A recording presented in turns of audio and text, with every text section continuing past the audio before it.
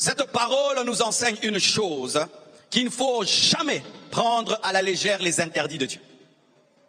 Ne prenez jamais à la légère les interdits de Dieu. Lorsque Dieu considère une chose comme étant sérieuse et toi tu la négliges, dans les années qui viennent, tu paieras très cher. Regardez, Josué a trouvé Gaza faible et c'était rien. Je peux laisser. C'est comme un petit serpent, c'est rien.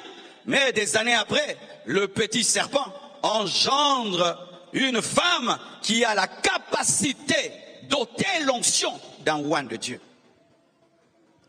Quand Dieu te dit, arrête telle chose, arrête telle chose, arrête telle chose, sache que Delilah est en route pour te couper les cheveux.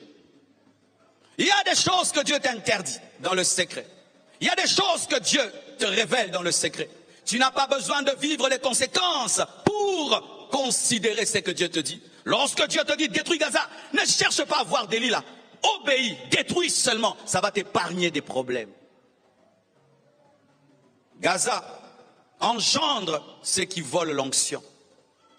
Tu as l'onction de Dieu et il y a une faiblesse dans ta vie, c'est Gaza. Gaza te coupera les cheveux, Gaza t'exposera, Gaza t'humiliera. Tu as une désobéissance dans ta vie comme Asdod. Asdod engendre Ichabod. Pourquoi je dis cela? Lorsque l'arche de Dieu a été prise et amenée à Asdod, il y avait un sacrificateur qu'on appelait Élie qui est tombé. Une femme a accouché.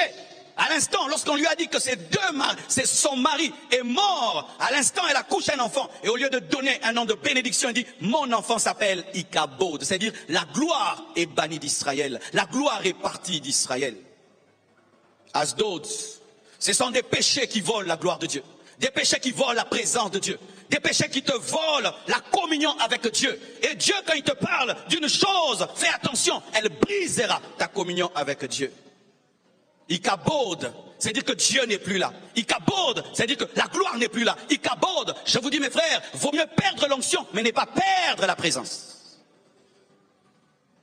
Et Gath engendre une possession démoniaque. Gath engendre l'entrée d'un démon, parce que Goliath représente un démon. Tu commets un péché, Dieu te dit arrête. Il te dit arrête. Ah, ça me fait rien, ça me fait rien, ça me fait rien. Ok.